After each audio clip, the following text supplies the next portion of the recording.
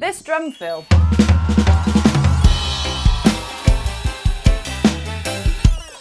It's fantastic if you want to start coming up with some more interesting fills and you're pretty new to playing drums and you keep playing the same like 2 to 3 fills and they all sound a bit lame. Try this bad boy out. Now, first thing we're going to do is make it a little bit more boring, but stick it on the snare drum.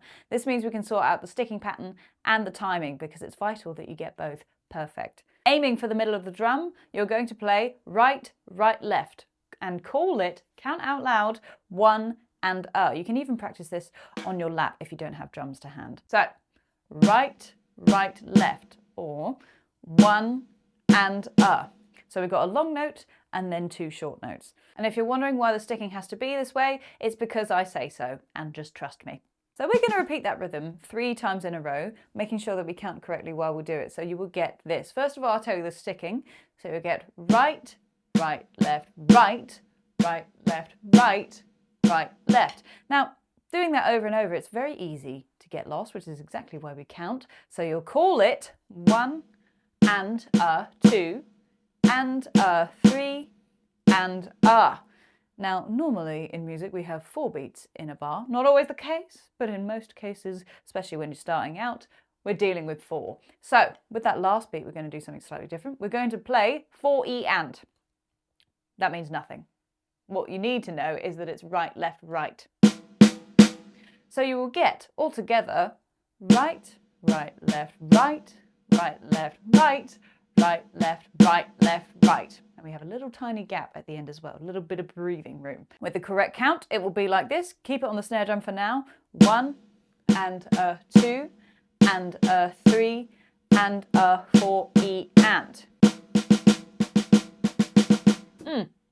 It's pretty satisfying to play, not going to lie. And it teaches you a very important thing, because if you take away the left hand, your right hand is just playing 8th notes through the whole thing, which makes life an awful lot easier when we're moving from 8th notes on the hi-hat while we play a groove, and then we try and play a fill like that, because the timing is exactly the same. Should help stabilise the ship if you find your fills are speeding up. Now, to move this bad boy around the kit, you have a couple of options, but I'm going to give you one main one.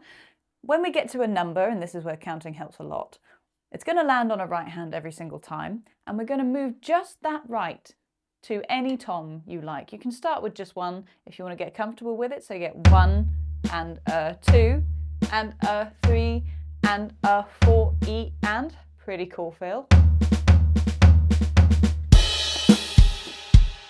But you can also then start to move it around. So 1 and 2 and 3 and 4E and.